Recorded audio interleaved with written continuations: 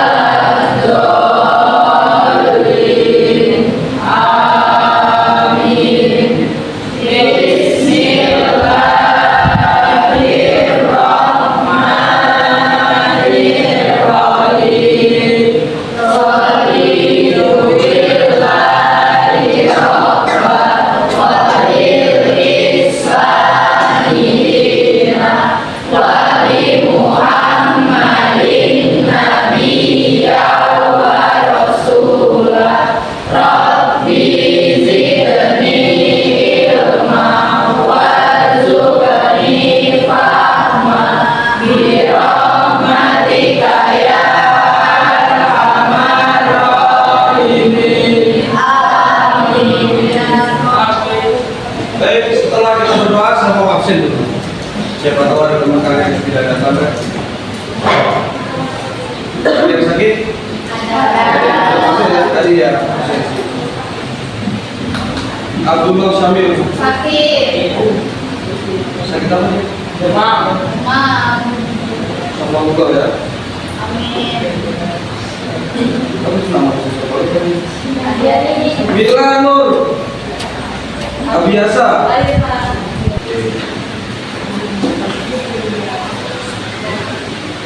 Baik, teman-teman sekalian, kita masuk ke kegiatan pertama. Tapi sebelum kita masuk ke kegiatan belajar mengajar, saya ingin menjelaskan apa tujuan kita belajar. Kenapa kita harus mengetahui dulu tujuan belajar, supaya kita fokus pada apa yang akan kita kerjakan saat ini. Kalau kita kaitkan dalam kehidupan, dalam hidup harus punya tujuan. Maka tanyakan dalam diri kalian, apa tujuan saya hidup? Kalau dalam agama udah jelas nih, tujuan Allah ciptakan kita apa? Ayo, apa? Tidaklah Tuhan menciptakan jin dan manusia hanya untuk beribadah kepada Allah Subhanahu wa Ta'ala. Jadi tujuan kita itu udah jelas. Tujuan manusia diciptakan, tujuan manusia hidup itu jelas. Tuhan menciptakan kita, tugasnya cuma satu doang, beribadah kepada Allah Ta'ala. Maka dalam kehidupan tidak boleh kita masukin apa? Tidak boleh kita masukin iPhone 17, tidak boleh kita masukin RX King, tidak boleh kita masukin mobil dan sebagainya. Kalau itu sudah masuk dalam otak kita, maka tujuan utama pasti tersikir. Apa tujuan utamanya? Ibadah kepada Allah. Dalam pertemuan kali ini, tujuan pembelajaran kita yang pertama adalah kalian dapat menjelaskan pengertian perkelahian antar pelajar mengkonsumsi miras dan narkoba. Kalau kita rangkum, kita belajar nuflay. Kita belajar nuflay juga. Apa itu nuflay? Yang kedua, siswa dapat berpikir kritis terhadap problem yang terjadi di lingkungan sekitar. Kenapa kita harus berpikir kritis dalam lingkungan sekitar? Supaya kita tidak menjadi makhluk yang individual. Ada orang yang individualis, tidak mau membaur, ya, tidak mau membaur, tidak mau bersosialisasi, tidak mau berkomunikasi. Kehidupannya ada di sudah punya dunia sendiri. Kalau nggak main game, apa? Scroll TikTok, apalagi dunia ada. Tidur. Kalau bahasa anak zaman sekarang, gua introvert banget dah. Si paling introvert itu gue gitu loh. Padahal ya udah sih. Kenapa orang-orang atau teman-teman kita bisa introvert? Malu. Tidak percaya diri. Why? Kenapa tidak percaya diri? Apa yang bisa marahkan? Kenapa tidak percaya diri? Apa yang dimaluin? Apa yang dimaluin dari diri sendiri? Cerdas. Kebanyakan dari kita insecure karena tidak bersyukur. Maka banyakin bersyukur supaya tidak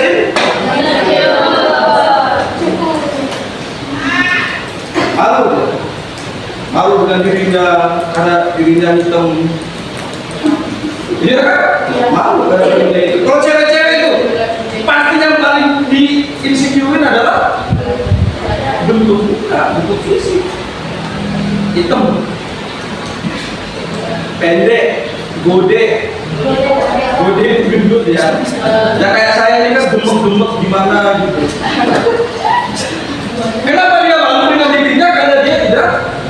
Seandainya kita punya pola pikir dan sudut pandang yang berbeda, bahwa kita itu pandai bersyukur, kita ditakdirkan sama Allah Ta'ala hitam, no problem. Kenapa? Masih ada yang pekat. Iya dong. Jadi kita yang hitam biasa bersyukur. Kenapa? Masih ada yang bawa kita yang pekat. Ya kalau malam cuma kelihatan giginya loh. Bersyukur. Lah yang pekat harusnya masih bersyukur. Masih ada hitam metalik. Oh hitam metalik. Yang mengkilat itu loh. Hitam mengkilat. Nah yang hitam mengkilat harusnya masih bisa bersyukur. Masih ada hitam.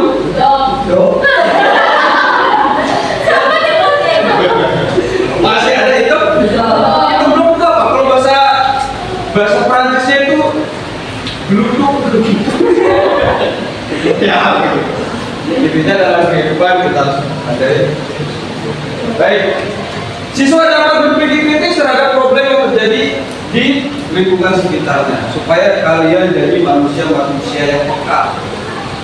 Manusia yang peka terhadap lingkungan. Jadi jangan cuma kalian sendiri aja yang merasa dipekain, ingin dipekain. Lingkungan sekitar kalian pun juga ingin dipekain sama kalian.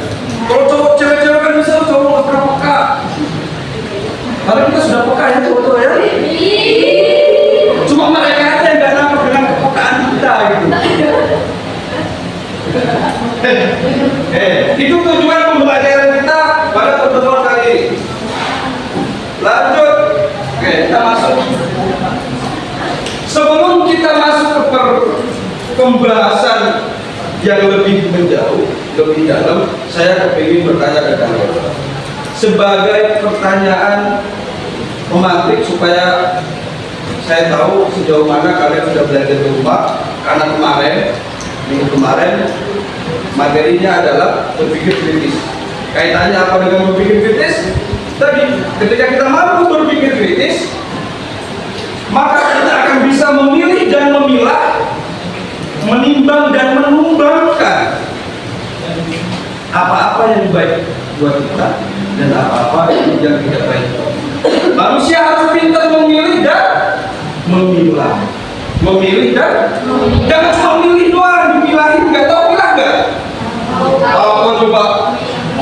Memisah. Kalau memilih, jadi aja. Kalau milah, masih sortir lagi ya, sortir lagi. Nah, dalam kehidupan kita harus pandai memilih dan memilah apa yang baik buat kita dan apa yang tidak baik. Oke, saya tuh sering kasih perbandingan gini. Kalian bolos sekolah, itu baik atau tidak bukan urusan saya. Tapi kalian harus bisa memilih dan memilah, itu baik tidak buat kalian. Kalau kalian merasa itu baik, bolos sekolah itu baik, silakan karena kalian merasa. Tapi kalau kalian bisa menentukan kesadaran bahwa bolos sekolah itu tidak baik, kalian akan dengan kesadaran penuh, kalian tidak akan pernah. Itu cara kita berpikir. Kaitannya dengan apa dengan pembelajaran kita? Pembelajaran kita hari ini menghindari perkelahian pelajar, minuman keras dan narkoba. Pakai hari ini ya. Sebelum itu saya ingin bertanya. Kalian tahu miras? Yang bisa jawab? Yang bisa jawab? Miras. Minuman? Apa aja sih minuman keras coba? Pakai kacamata. Kira-kira apa aja yang dianggap sebagai minuman keras? Alkohol. Mas, kalau alkohol doang kan bukan minuman keras, bro. Kecuali dikasih mix sedikit baru itu mabuk.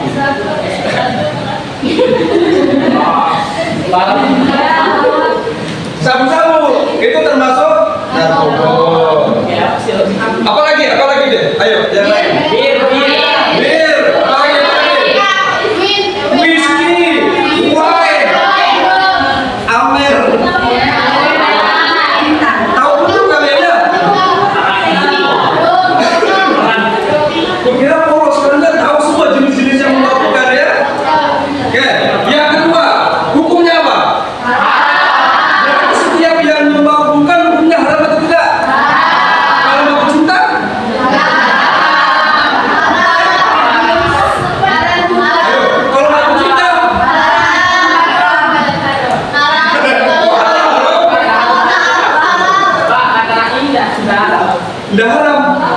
Dah halal apa dah haram? Oke, kalau mabuk miras, mabuk khamar, mabuk sabu, mabuk komix, mabuk animo, nggak pernah dapat pada buku kan? Saya kasih tahu efeknya ya. Efek daripada komix adalah dia tidak bisa diam. Pokoknya ngeplaynya itu dia nggak bisa diam dia. Kepingnya jalan aja. Obat batuk itu Pak. Iya betul. Kamu jangan dicoba ya. Aku kasih tahu kamu bukan untuk konsumsi. Kalau animo apa efeknya? Tidur. Dia diem. Ngeflynya dia diem dia. Gak ngapa-ngapain. Dia joget kepalanya aja. Kepalanya aja. Oke, itu semua adalah jenis-jenis alkohol. Kalau cuma 75% dari campurannya ya jangan. Gak mungkin kalian minum 75% langsung. Tuh, alkohol itu kan bukan bersin juga. Kenapa dia bisa jadi halal? Karena dicampur extra dos, bumbu bima, campur 50, dinding. Saya tahu. Ya bukan berarti saya tahu pernah mencobanya. Oh. Kalian tahu? Kalian percaya neraka? Pernah masuk? Kalian percaya ada di neraka tanpa pernah masuk? Saya juga percaya bahwa yang memabukkan itu memabukkan walaupun saya tidak pernah. Pinter ngelesnya ya, pinter ya. Tipis-tipis gimana gitu. Oke. Lanjut ya. Materi hari ini adalah perkelahian. Yang pertama perkelahian antar pelajar. Perkelahian antar pelajar bukan cuma bentuk fisik. Oh itu silat, itu karate, muay thai, taekwondo, taekwondo, apalagi muay thai juga, apalagi tapak suci itu termasuk daripada anggota silat. Nah, perkelahian antar pelajar bukan cuma berbentuk fisik. Kalian ngebully itu sudah termasuk memicu perkelahian pelajar. Apa yang memicu orang beragama? Kata-kata, provokator, banyak dicepuin. Paling sakit hati itu kalau dicepuin. Padahal dia juga ikut kan? Tapi kita dicepuin kan? Sakit hati kita. Nah, yang memicu perkelahian antar pelajar yang pertama adalah adu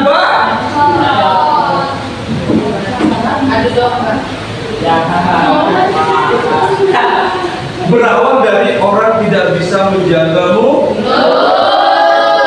Baik itu yang keluar dari mulut itu berbentuk audio dan berbentuk materi. Yang berbentuk audio itu adalah ucapan-ucapan kotor, ucapan-ucapan toksik. Yang berbentuk materi itu apa? Yang pertama yang keluar dari mulut yang berbentuk audio itu kata-kata kotor, toksik dan lain sebagainya. Yang berbentuk materi apa? Itu ya Allah. Udah kan bentuknya materi toh. Baiknya kalian salah naruh udah aja mata orang tuh begitu. Bikin marah kan? Apalagi keluarnya pakai suara sudah pasti berkelahi. Cuma gara-gara tidak bisa menjaga. Apa kata Nabi? Al-Muslimu salima ala muslimu fi lisanihi wa yadayhi. Orang itu benar-benar dikatakan seorang muslim apabila orang muslim lain itu selamat daripada mulut-mulutnya dan tangannya. Itu baru dikatakan orang muslim. Kalian pernah mempertanyakan diri kalian sendiri tidak? Bahwa kalian itu adalah Islam, kalian itu adalah seorang muslim. Pernah nggak kalian menyadari bahwa diri kalian itu seorang muslim? Sadar? Sadar dengan kewajiban-kewajibannya? Sadar dengan hak-hak kita? Alhamdulillah kalau sadar. 1 tahun berapa kali? 1 tahun berapa kali sadarnya? 3 kali. Masya Allah sadar terus. Ingin berkata kasar. Tapi alhamdulillah kalau kalian itu tiap hari bisa sadar diri. Alhamdulillah. Karena dalam psikologi agama itu ada 3. Yang pertama adalah pengetahuan orang dalam beragama, pengalaman orang dalam beragama. Yang ketiga kesadaran orang dalam beragama. Pengetahuan dalam beragama, oke, kalian tahu bacaan sholat semua? Itu pengetahuan beragama. Pengalaman beragamanya apa? Kalian sholat nggak? Pengalaman beragama. Tinggal yang satu yang praktek. Kesadaran orang beragama. Kalian sadar nggak ketika sholat? Ya sadar lah. Gak mungkin kalian sholat sambil tidur, tapi pernah. Ya pernah. Artinya dia itu sadar ketika melakukan sholat apa? Dia sadar bahwa dia melakukan sholatnya dijadikan fondasi, dijadikan tameng untuk dia tidak melakukan. Inna sholata tanha anil fahsya'i wal munkar.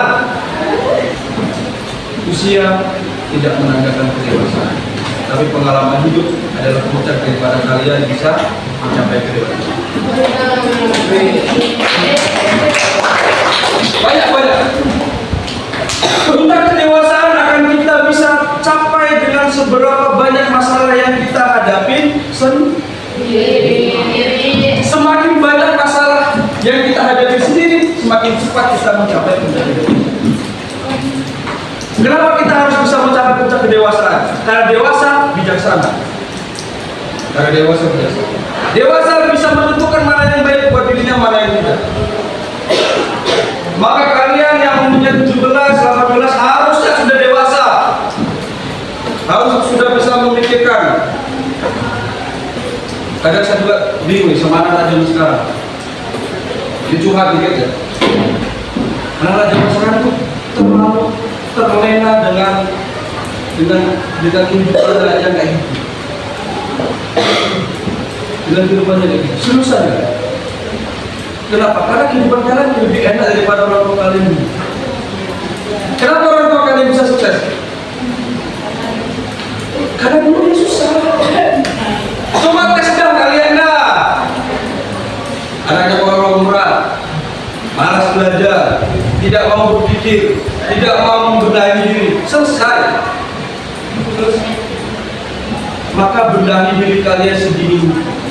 Persiapkan diri kalian sedini. Jangan sampai ketika kalian sudah lulus, karena kalian tidak mempersiapkan, sudah lulus kalian jadi pengangguran, tidak punya pekerjaan, usahain orang tua, tidak jadi beban keluarga, aja ujung-ujungnya yang disalahkan orang tua, keluarga, pemerintah. Padahal diri kalian sendiri yang tidak mempersiapkan diri. Nah, khamar itu memabukkan, hukumnya haram. Itu aja selesai. Intinya semua minuman yang memabukkan itu hukumnya haram. Haram, mutlak. Tidak boleh dicicipin pak dikit. Tidak boleh. Jangan dideketin dah. Ya, jangan dideketin. Narkoba, narkotika dan obat-obatan. Ada yang pernah dicicipin? Tahu obat CTN boleh sih? Aslinya kan buat perenang ya? Iya. Dipakai dosisnya berlebihan. Pakai. Pernah bawa mobil? Ada enggak ya? Enggak, kalau dia nggak ketagihan. Nanti dia ketagihan lagi bawa mobil, ketagihan lagi dia. Apalagi antimo, apa sejenis obat-obatan.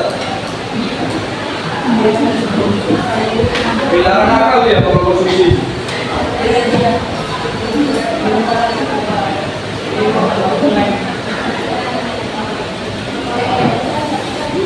Dari faktor terjadinya perilaku buruk, pertama faktor individu, motivasi dan kemauannya sendiri. Yang paling rentan untuk melakukan perilaku penyimpangan, satu, anak-anak yang broken home, kemudian dia salah pilih.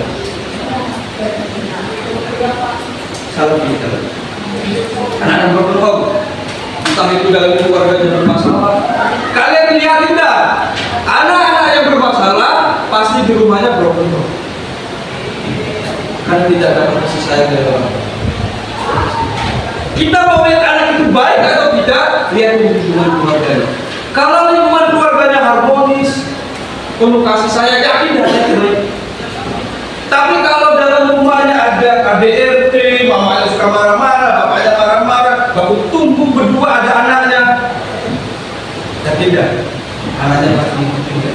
Kenapa? Karena pendidikan utama, pendidikan awal bagi seorang anak adalah emak sama bapak. Oke dah. Wah, Pak, keluarga saya gak harmonis. Kalian tuh belajar, belajar nih. Ya. Belajar nih. Maka terapkan. Kalian bisa berpikir bahwa perbuatan itu tidak baik, maka saya tidak ingin punya anak yang broken home kayak saya harus memperbaiki diri dan saya harus mencari pasangan yang baik. Ini calon mama semua ya. Ini calon mama ya. Tidak ada yang calon bapak, calon mak. Saya mau ke mak-maknya, calon mak. Ketika saya tanya, Apakah Anda ingin kepingin punya anak yang soleh-soleha? Apakah Anda kepingin punya anak yang pintar ngaji? Yang berakhlak baik? Yang tidak toksik? Tanya ke Bapak. Kalau Bapak-bapak. Bapak-bapak kepingin punya anak yang soleh-soleha? Kepingin punya anak yang baik? Yang soleh? Yang pintar ngaji? Yang berakhlak baik? Semuanya pasti mau. Semuanya pasti kepingin secara naluriah dan secara hati nurani kita kepingin punya anak yang baik. Tapi pernah gak kalian tanyakan sama bapak mama kalian? Pernah gak kalian tanyakan?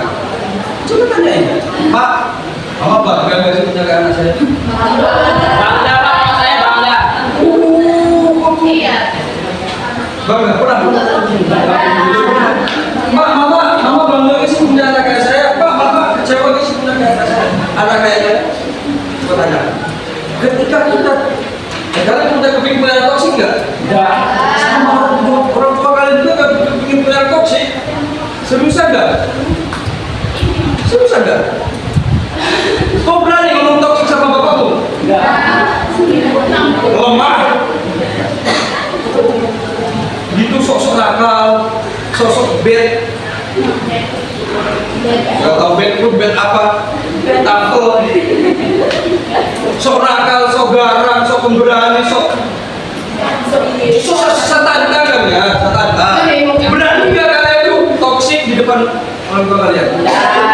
Kan sok kan? Kalau betul-betulan kalian agak betul. Ini cowok-cowok nih, terus tukang rokok.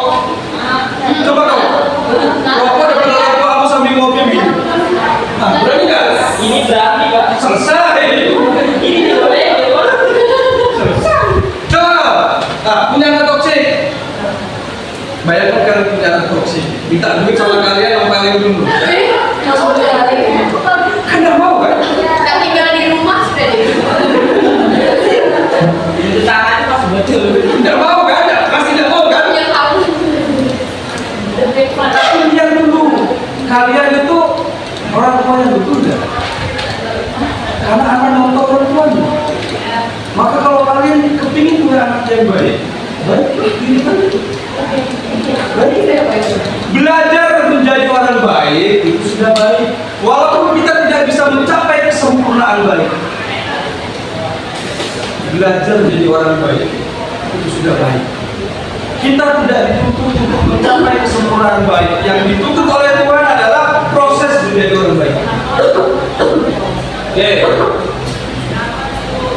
Usaha mencegah perilaku menyimpang, melakukan kegiatan bermanfaat, menuntut ilmu, mengikuti organisasi, ikut kursus olahraga, berkumpul dengan orang baik. Lingkungan itu sangat mempengaruhi.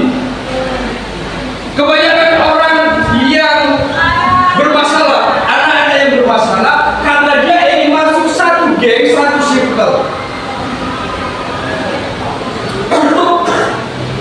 Gini. Kalian itu perlu pengakuan. Masa-masa zaman kalian itu, fase kalian itu fase ingin diakui. Ingin diakui sama kelompok ini, ingin diakui sama geng ini, sama circle ini.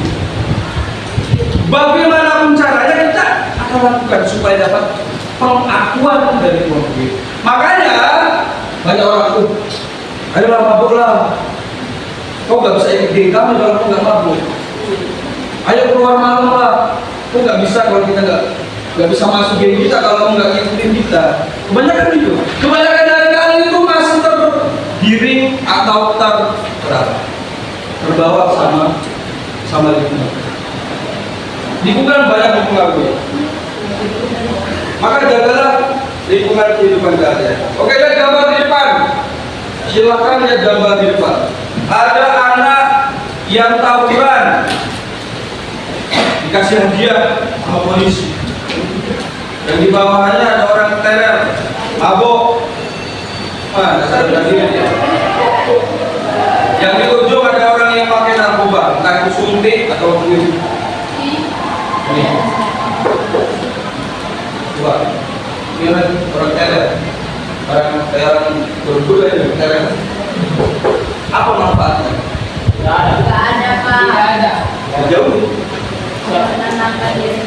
Jauh. Kalau ada manfaatnya silakan. Berkelahi. Siapa yang suka berkelahi? Yang suka fight? Kalian pernah berkelahi nggak sama teman? Entah secara mulut. Bertengkar. Saking kalian merasakan. Ketika kalian mau negur teman itu, apa perasaannya? Enak. Cantik kan? Ya. Efek daripada kita tidak bisa menahan emosi. Maka kalau bisa tahan emosinya supaya kaca itu tidak pecah. Oke, karena kemarin kita sudah bahas berpikir kritis, kemudian kita sekarang membahas tentang sesuatu yang harus kita pilih dan pilah. Sekarang kita membagi kelompok. Kemudian kalian mencari problem, ini tugas saya. Kita bagi kelompok, kita sudah kelompok 1, kelompok 2, kelompok 3, kelompok 4. Tugasnya apa? Yang pertama, kalian mencari problem masalah yang terjadi di lingkungan sekitar kalian yang berhubungan dengan materi. Materinya apa tadi? Mabuk, narkoba, sama berkelahi. Kalian cari di lingkungan sekitar kalian. Ada enggak? Harusnya ada. Yang kedua, cari faktor penyebab terjadinya masalah tersebut. Apa sih kira-kira faktornya? Kok dia bisa mabuk? Kok dia bisa berkelahi? Kok dia bisa pakai obat-obatan? Yang ketiga, cari solusinya. Bagaimana supaya perilaku itu tidak terjadi? Oke? Setelah itu kalian tulis di lembar kerja. Nah, bacakan dulu.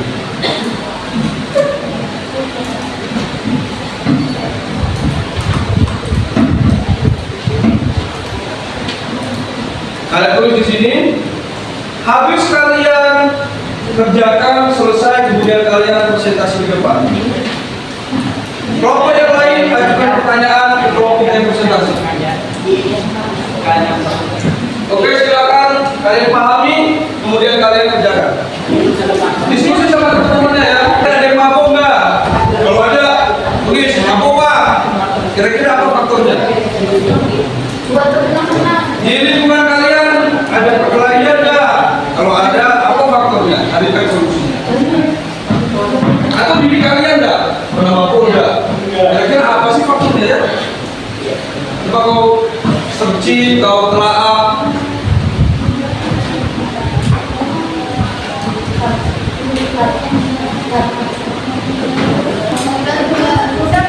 Oke, sekarang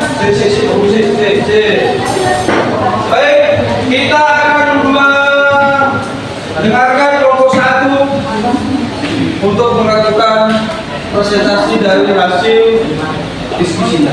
Silakan ke kelompok 1 untuk mempresentasikan hasil diskusinya.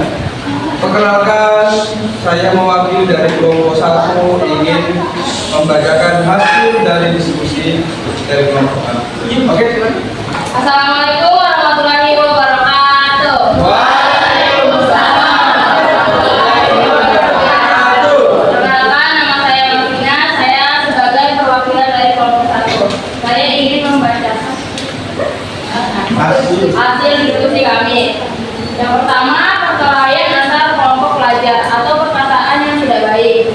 Yang kedua, disebabkan oleh kecemburuan atau rasa benci terhadap kelompok, tentu yang memicu bibit-bibit konflik. Terus semuanya oke.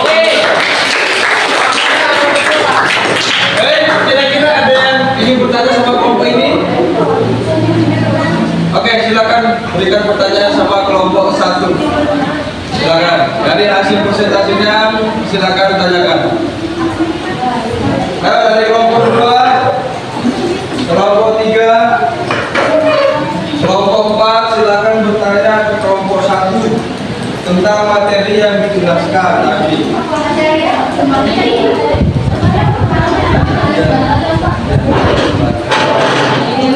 Oke, silakan kelompok 4. Kelompok 4 ingin bertanya ke kelompok 1. Silakan dengarkan pertanyaannya. Perkenalkan, saya Raisa Liana dari kelompok 4. Saya ingin bertanya, biasanya faktor penyebab apa saja yang sering terjadi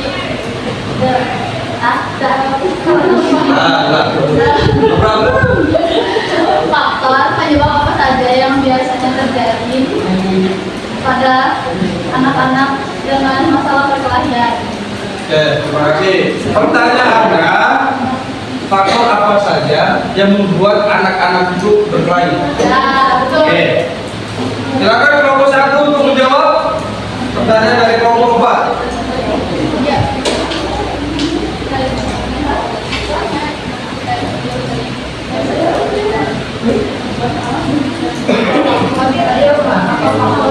Apa sih faktor apa sih yang membuat anak itu suka berkelahi?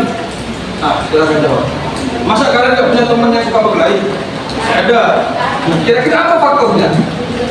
Itu biasanya dari perkataan atau lingkungannya. Jadi misalnya dia kayak tersinggung atau perkataan orang lain. Jadi dia Oke. Kata kelompok 1, jawabannya adalah karena mudah tersinggung. Anak ini mudah tersinggung. Entah itu dari ucapan dan perbuatan dia mudah tersinggung. Nah itu jawabannya. Gimana?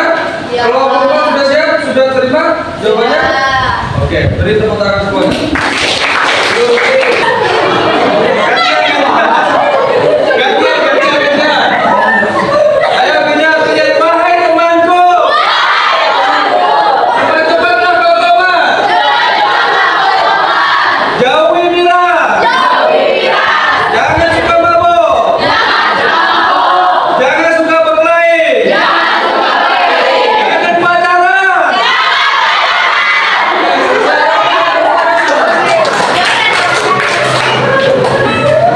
Akhir pembelajaran, maka di sini Bapak akan saya akan menyimpulkan materi yang kita bahas. Yang pertama adalah sesuatu yang tidak baik bagi diri kita, jangan pernah kita wajarkan bahwa itu baik. Sesuatu yang memang tidak baik untuk diri kita dan kita sadar, maka jangan kita wajarkan bahwa itu baik, bahwa itu pantas buat kita. Karena kebanyakan dari kita mewajarkan sesuatu yang tidak baik. Benar. Yang kedua, miras, minuman keras, perkelahian pelajar, dan narkoba sudah pasti hukumnya haram dan tidak baik buat kita. Maka jauhi. Perbaiki diri kalian sedini mungkin supaya nanti di kehidupan yang akan kalian hadapi tidak ada penyesalan, tidak ada kemarahan, tidak ada kekecewaan. Kenapa? Karena kita sudah mempersiapkan sedini. Baik, kata-kata terakhir dari saya, bukan seberapa besar mimpi kita, tapi seberapa besarkah kita untuk mimpi. Maka sadari diri kalian, pantaskan diri kalian untuk bisa mencapai cita-cita dan mimpi yang kita. Sebelum itu, ada yang dipertanyakan? Ada yang ditanyakan? Ada. Oke, angkat tangan, silakan. Bagaimana hukum mengkonsumsi miras hanya setetes saja, Pak? Oke, hukumnya cuma setetes doang ya? Ya, Pak. Oke. Dalam makanan atau minuman itu ada dua faktor yang mempengaruhi keharamannya. Yang pertama adalah haram berdasarkan zatnya, kandungan. Yang kedua haram dari segi cara memperolehnya.